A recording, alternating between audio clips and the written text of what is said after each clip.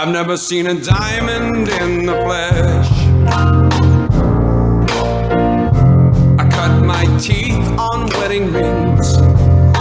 Dude, that's pretty cool. Man, that is a sad clown. Dude, that's pretty good. This is The Gloom, bringing you weekly interviews with F3 Omaha packs, exploring their F3 experiences and finding those sticky elements that create the glue in the gloom.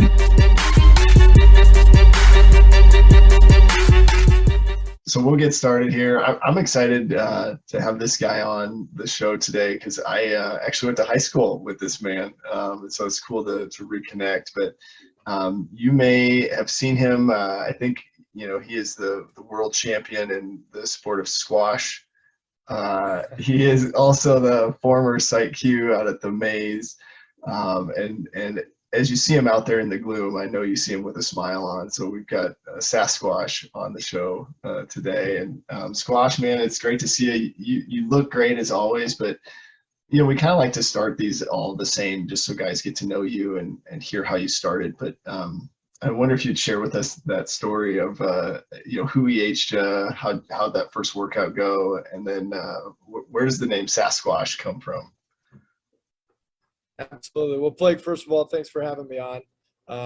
Love what you and Pony Express has done, and so we'll jump right in. I mean, it was it was December of 2018, and I was at a holiday party with my wife, Grant Leach, obviously in our world of tugboat, was hosting in Regency, and got to talking with Blake Richards, which, as we know, is Brazilian, and Reba, and they were telling me about F3 over some drinks, and I was definitely curious, very, very curious. And the more they talked about it, I could see the enthusiasm and the passion they had for it. And so, they caught me at a vulnerable moment, and they're like, "Well, how about you come out next week?" So my first day was January 3rd of 2019, and I was not equipped properly for F3. I can't remember if it was actually that workout or maybe a few weeks later, but you were there, and you were kind enough to lend me your second pair of football wide receiver gloves with some holes in them, and I remember putting those on. I mean, it's one of those moments where you don't want to be that guy who just leaves one of his first workouts in the middle of it. Like, where did Sasquash go? But I could not feel my fingers, and I'm surprised I did not get frostbite or actually lose a finger or two. Thankfully, Tater Tot, not to say he didn't help me out, it was better than nothing, Blake, but Tater Tot was kind enough to give me his, full throttle Columbia, high voltage, heated gloves, which saved the day just in time before I lost a finger or two. So forever thankful for still having 10 fingers. So I learned quickly that having the proper equipment is very, very, very important. But I guess a little backstory on how I got the name Sasquash. So as you mentioned, I was the Site-Q at the Maize, and that happened to be where I first made it out to F3, conveniently just right down the street from our house. And, it's a little intimidating when you get in the middle of, a group of guys, and, they tell you, what's your hospital name? Tell us about yourself, any embarrassing stories, and you kind of just, rattle off, some important items about yourself. And of course, squash has been a big part of my life, and a lot of people don't even know, what it is. My license plate has been squash, and people are like, "Oh, like the vegetable?" I'm like, not to say the vegetable isn't good, but more of a passion for the sport of squash, which I have to mention Forbes magazine years back did deem it as the #1 healthiest sport in the world. I like to call it the checkers of racket sports. But I guess the combination of squash and then weight time are our OG Nantan, saw me as an ogre, as a Sasquatch, and blended those together. And people still call me Sasquatch, but it is Sasquash in the books of F3. So that's how my name came to be.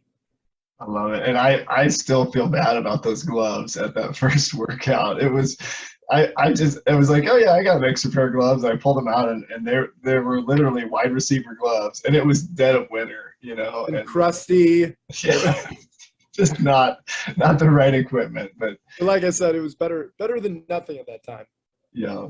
Well, it has been just great to reconnect with you through the group. And I'm curious. So, squash is a pretty intense sport, and you had been doing that. But fitness wise, where were you at when you started coming out to the group? Were the workouts difficult, or what did you think of that first beat down?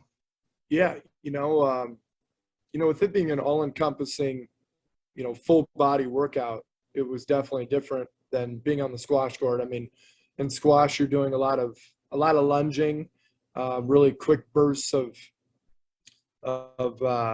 movement.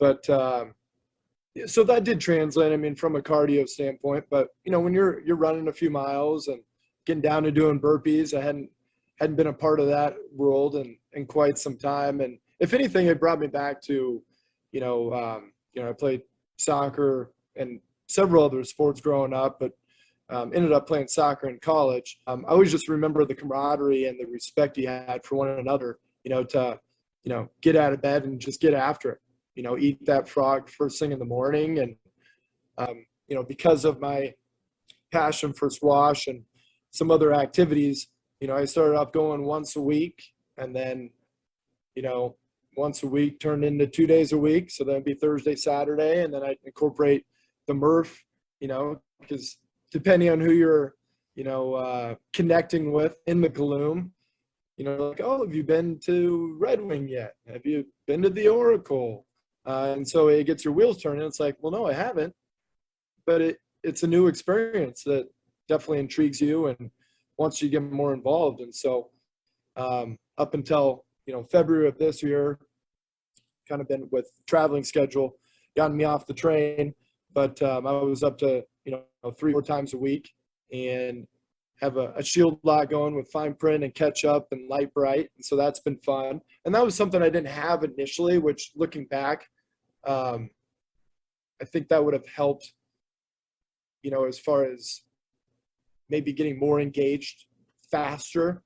Because those shield locks are important. I mean, it's one thing to tell yourself you're going to go, but it's another thing when you tell somebody else you're going to be there and you don't want to let them down. I would agree. I was on the queue this morning, and I wouldn't have gone out in this cold weather if I wasn't, if you don't have other guys dependent on you. But tell me a little bit about your thoughts on free delete, because I think it's interesting to get different perspectives there. Yeah, I mean, I think the book's really powerful. I mean, obviously the Concentrica is, at its core, just really having a clear understanding of not only your moral compass, but like what is of highest value in your world. And it's easy to lose sight of that in a very noisy world that it's pulling you in so many directions. I mean, I'm guilty as charged. I mean, I've always been, kind of that ADD, like, always wanting to do everything. And you can't. You gotta make sure you have your priorities straight. And, there's a quote by Gary Keller that is very profound and stayed with me ever since I heard it. And it goes like this. I mean, extraordinary success comes from sequential, not simultaneous action. And when you start your day early and often with, gratitude and getting the blood flowing, and going back to that earlier comment about eating the frog first, it creates the right domino effect for success in other areas of your life. And I truly believe it. I mean, because you first got to take care of yourself before you can take care of others. And,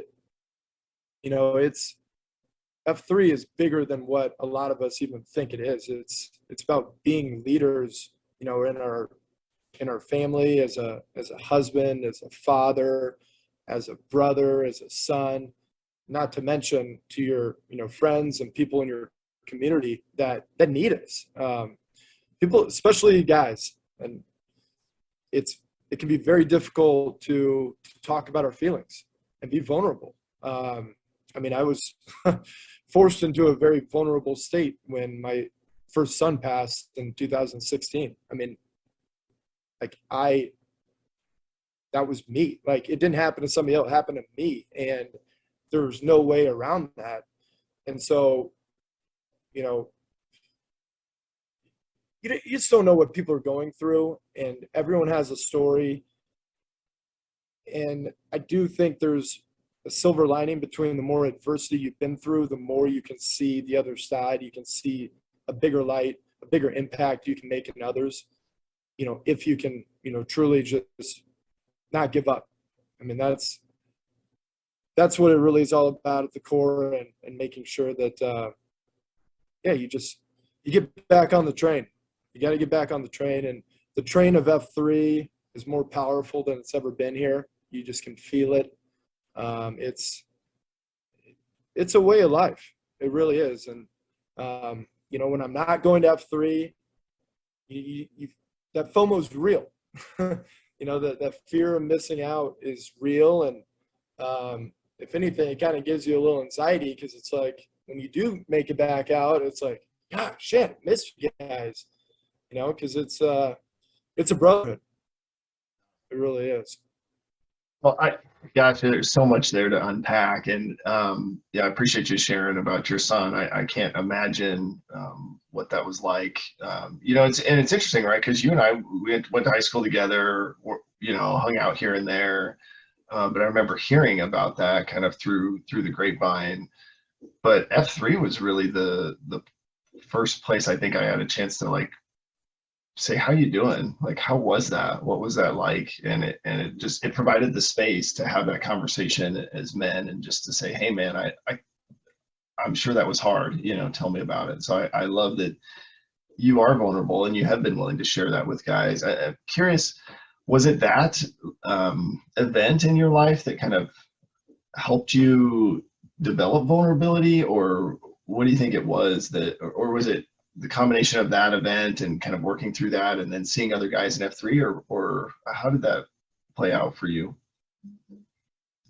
It's a great question. And ironically, I was talking to my grandma, who's 99, an incredible lady that, you know, just speaks, I mean, her age and her just ability to retain the information she does is incredible. But the point being, we were talking about, she asked me a similar question, and I think it's really twofold. I mean, from an empathy standpoint, that definitely changed the trajectory of understanding pain and what it looks like, and having just a better idea of what other pain potentially could look like.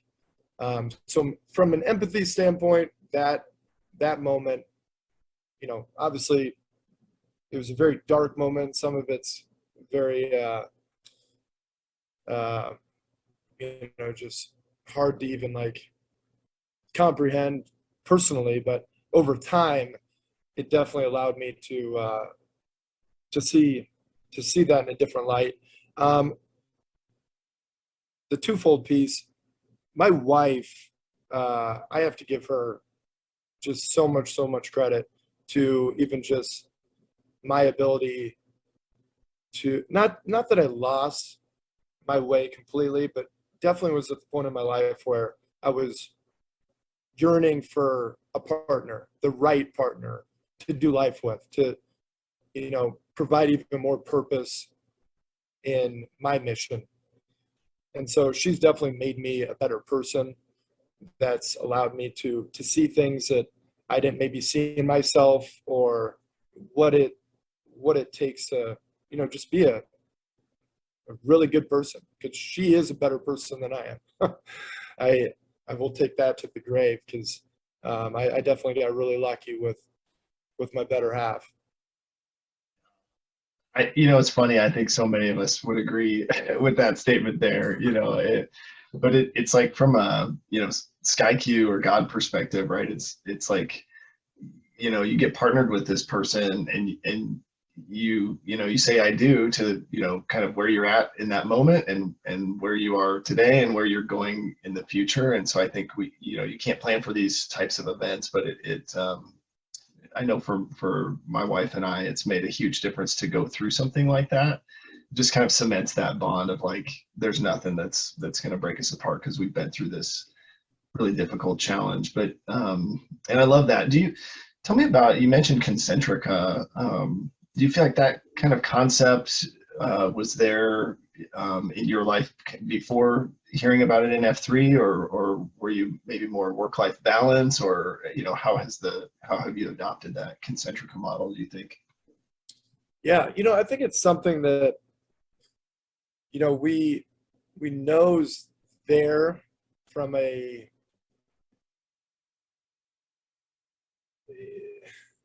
how do I want to put this? I mean, it just, if anything, from an alignment standpoint, reminds you of what's most important. It's not like we didn't see the value in that, but when it's in front of you and you're focusing on it, that's what tends to manifest. And so I think there's definitely something to that.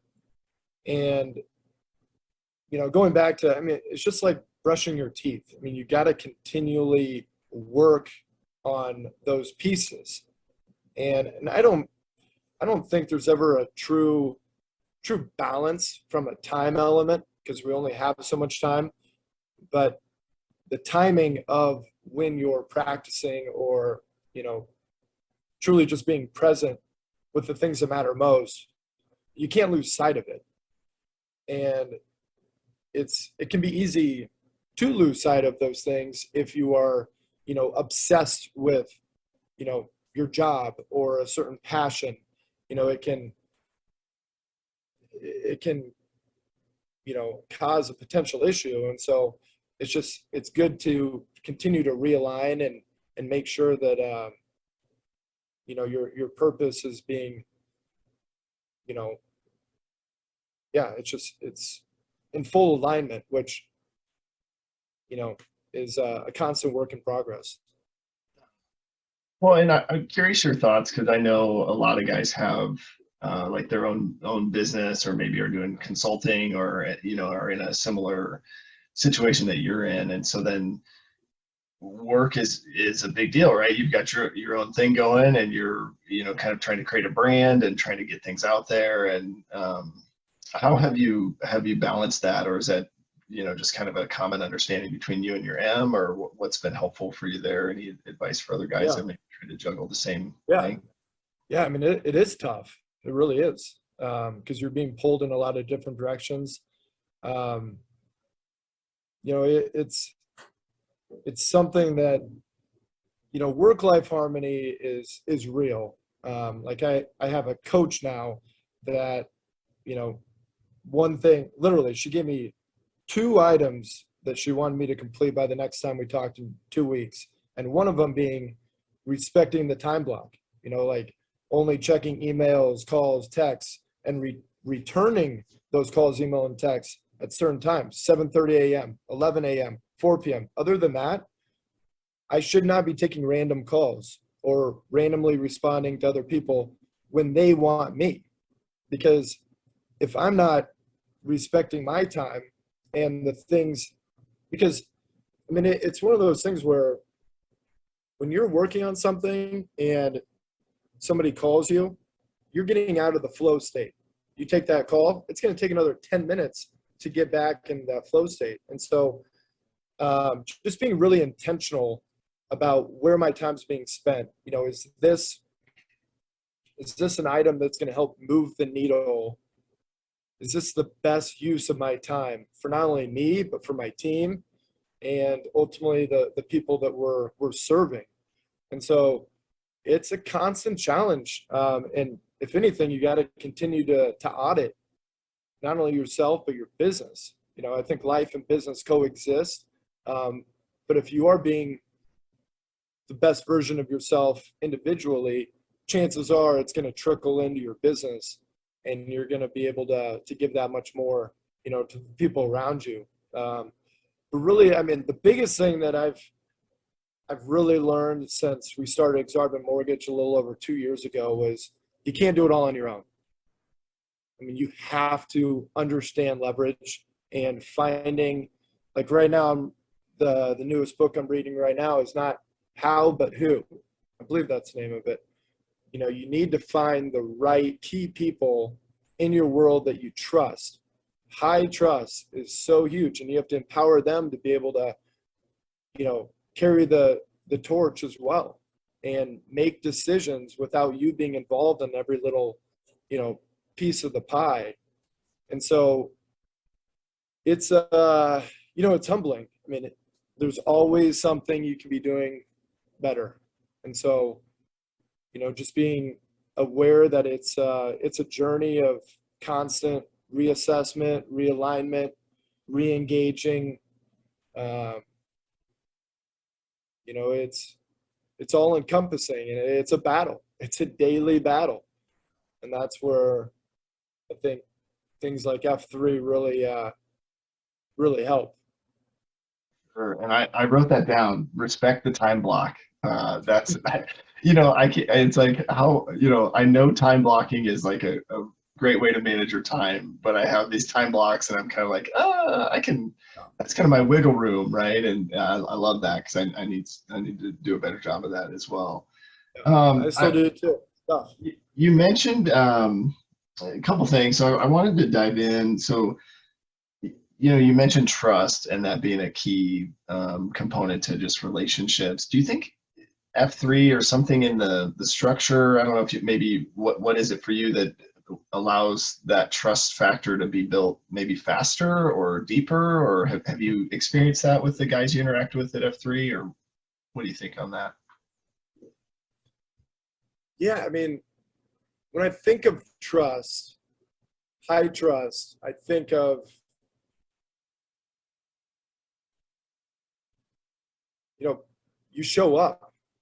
You show up not obviously only physically, but mentally, and even like, trusting the process as well. I mean, I love that F3, of course, with,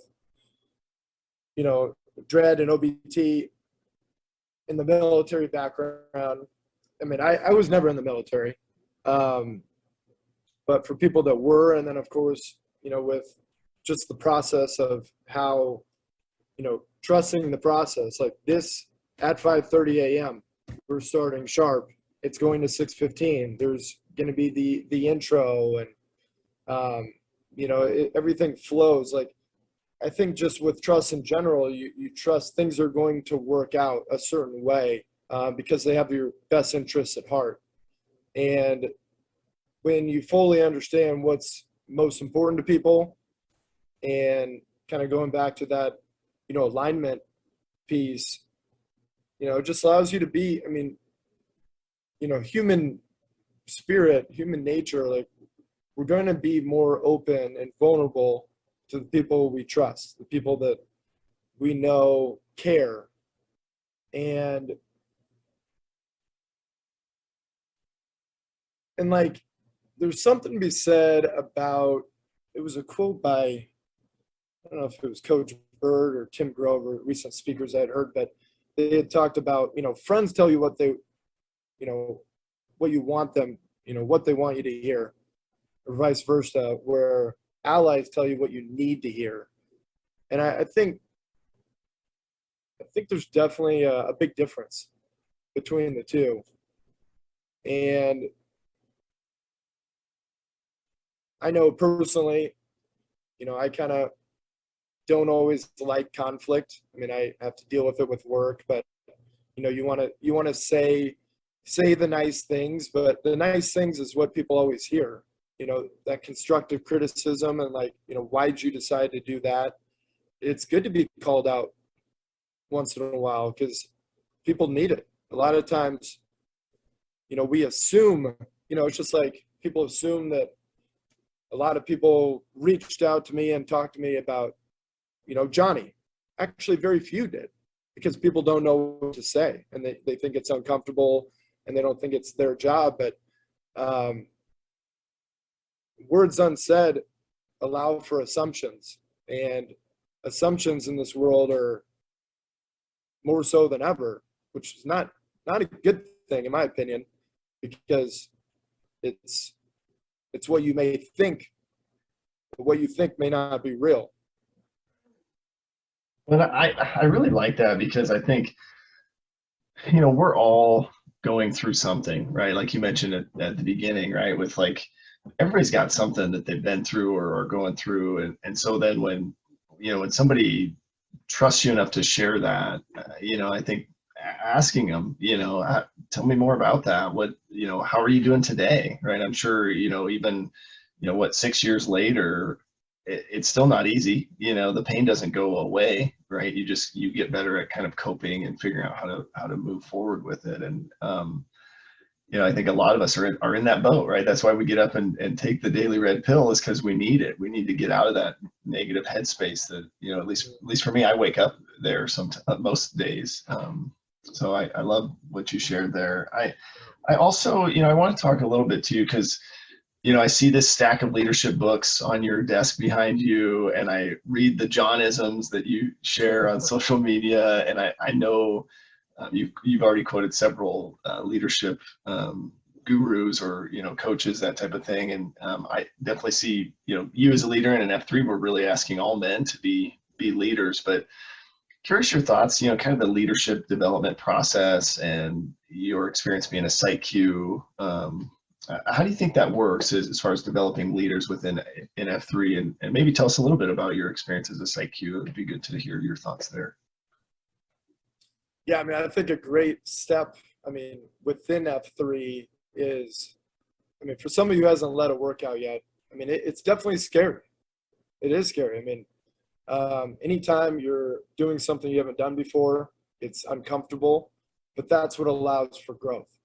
And there, even just, like going Facebook Live or Instagram Live or doing just anything that is out of the norm is uncomfortable, but you have to continue to fail, even if it's not, because perfection, we all want to be perfect, and we want everyone, whoever's watching us, to see us in that perfect lens. But it's definitely more about developing excellence, and without failing forward fast, you can't get there. And so just like anything, the first time you probably lead, it's going to be a little bit of a shit show. You're going to be looking at your phone the whole time, and our mission goes, it's like, oh my gosh, like this is not very fun. But I guarantee when you finish it, you're gonna be like, wow, I did it. I can do it. And it all comes from within. If you don't believe in yourself and you don't take chances, you're not going to grow. And if you're not going to grow, you're going backwards. And we only have so much time here. So it's like, buckle up and, take some chances. But, I would say, every time I personally led, I know it got a little bit easier. If anything, I wish I would have gone to the, the Q school. I think that would have been helpful. Like, I didn't even know until, gosh, what was it, like 6 months ago, Wait Time was leading at main stage, and he was talking about his binky. I'm like, what the hell is a binky? Like, why haven't I been creating binkies? And then I have all these binkies, and I can just go back to the binkies and, take a little from here, a little bit from there, and then I have a brand new fresh binky with more quality stuff. Not to say I didn't have a notes section and added in pieces, but little things like that. It's like you got to continue. The word for our company this week is curiosity. And going back to you said, like, tell me more. Like, ask better questions, engage with the right leaders who have experiences that you don't have, that you can take a little bit, take a little bit of this, take a little bit of that. Because what you do find out with leadership and all these books is, and the more of them you read too, you find that there's a lot of similar patterns, a lot of similar verbiage. All of them learned from somebody else before them too. They're not recreating the wheel. I mean, obviously there's people now that are creating apps or whatnot, but that never been around before, or the Jeff Bezos or whoever the world, but they're all taking ideas from somebody and then implementing them based on their belief system and how they can, change the world around them. So I guess with all that, I'd say is just got to continue to get uncomfortable. And from those experiences, whether you make the wrong decision or the right decision, you're going to probably eventually find a better decision. But if you're not moving forward and trying things, you can't figure it out. Right. It's just not going to happen. Yep. Well, and it goes back to kind of the, you're either accelerating or you're decelerating, right? If you're not moving forward, really there is no option that where you just stay the same, right? If you're not growing, you're really right. going. Yeah, you're growing or you're dying, essentially. What about so as a Site-Q, do you feel like that helped you grow in some aspects of leadership, or maybe just help to kind of give away those VQ opportunities? Or what was your experience as a Site-Q out at the Maize? Definitely glad I did it. For me though, timing wise, with everything else I had going on, it did become a chore at times, just because of, having to stay in front of that calendar. And you didn't know if, somebody was like interested. It's like, it's okay if you don't want to lead, if you're not ready, not a big deal. So you'd create uncomfortable situations for people, I think, at times. But going back to what we're talking about, that's part of the progression of F3 to be a leader. Is, you got to get out of your own way. But even just from the standpoint of, having a duty, an obligation to make sure that flag is there every Thursday morning, and that the mission continues to be carried out, was powerful. It was. And, looking back, are there things I could have done differently, done better? Absolutely. But that's okay. It's one of those things that you take that experience and, if anything, help the barn doors, the new leaders of sites, on things they could, maybe be implementing or doing differently. It's just like with the shovel flag out there. It's like, the Maize is one of the OG destinations. Like we probably need to upgrade, the flag, maybe get Folsom involved, or Huffy's like the new art master. Yeah, I love that. Tell me a little bit about the third F, about faith, and kind of where you're at, or just with everything you've been through. I know there's maybe been some ups and downs, but within F3, have we given you access to conversations or growth opportunities in that third F category, or where you're at with Yeah. faith? Well, one thing comes to mind right off the top is the retreat that Birdman and Sparty and a number of people that helped facilitate that. And I was so glad I went. I kind of got EH'd in that from short sale and LPC, and I'm so glad that I did, because it was an experience like no other. Can't say I've ever seen so many guys cry in the same room before. Yeah. But that's what was powerful. You could feel, especially being out in nature, just, you could feel God all around us. Like, I think it's hard not to believe there's not more to what we have here. It's you know, and I do think God, you know, puts, I mean, going back to what we were talking about earlier, I mean, everyone has a story, everyone has shit going on in their life. Like, life's not easy, and we need each other.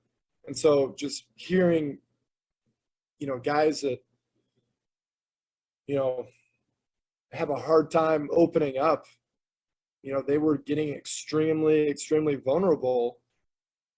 And it was a beautiful thing because we're there for them. You know, we're hearing them out, and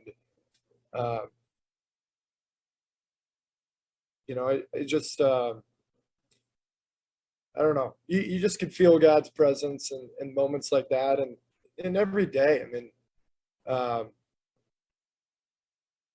you know, there's some horrible things going on in this world, but there's some beautiful things going on in this world too. You know, so you gotta just realize that it's not going to work out picture perfect. We got to make the most of the time we have here, and hopefully, when our time does come to an end here on this earth, there's even a more beautiful side that we don't even know exists, and I believe there is, and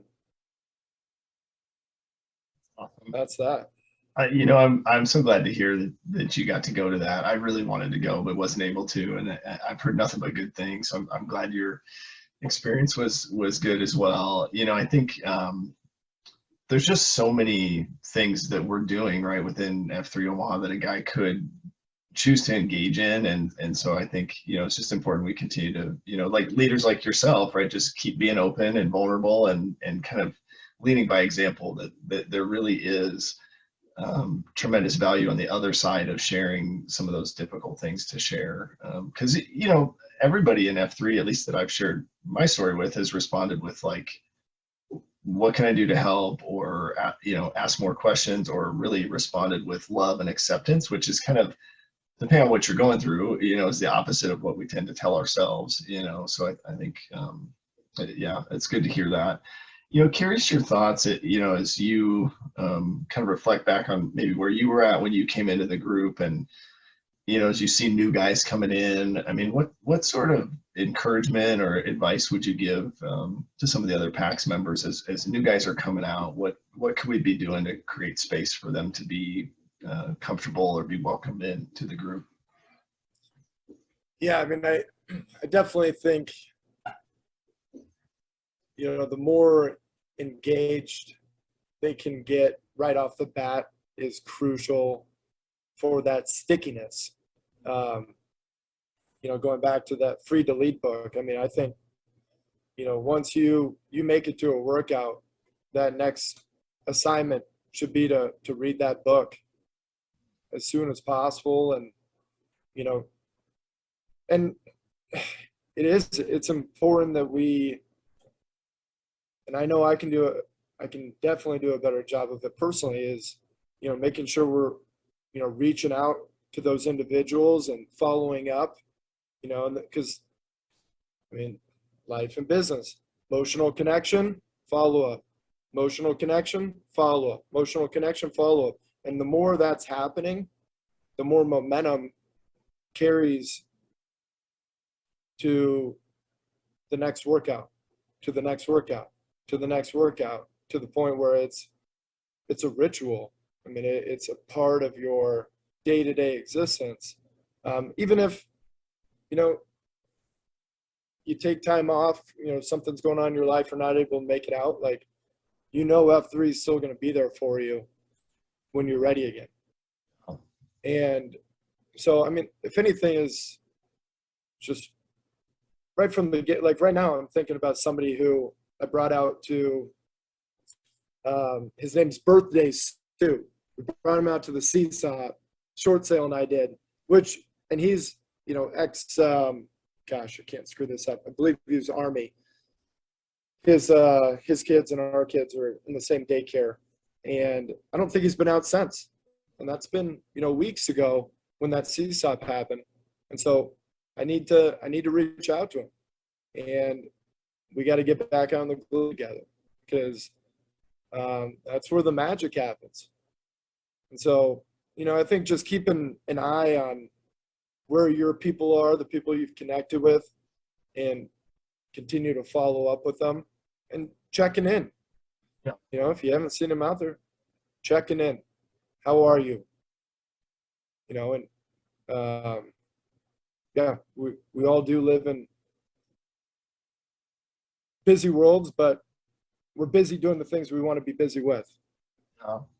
Well, I love that. And I think, I think it is interesting because I think it's that initial, like you said, right? When a guy first comes out, like keep that touch base going. And then at some point, like you mentioned, Light Bright, man, it's been fun to watch him engage, and guys like that, or, even guys like, I think of like Slick, right? Really engaged. Then he had a baby and kind of took some time off, and now he's back. And so, you kind of watch from a distance and you just like, man, I hope this guy stays, and so some of it is just that initial, like, get him out 3 or 4 times, help him build some other relationships amongst the group. And then before you know it, they're forming a shield lock on their own, and so it's so cool to see that, because you just hope every guy can find what we found, in this group. But yeah, the relationships through that shield lock, I think initially are really, really powerful.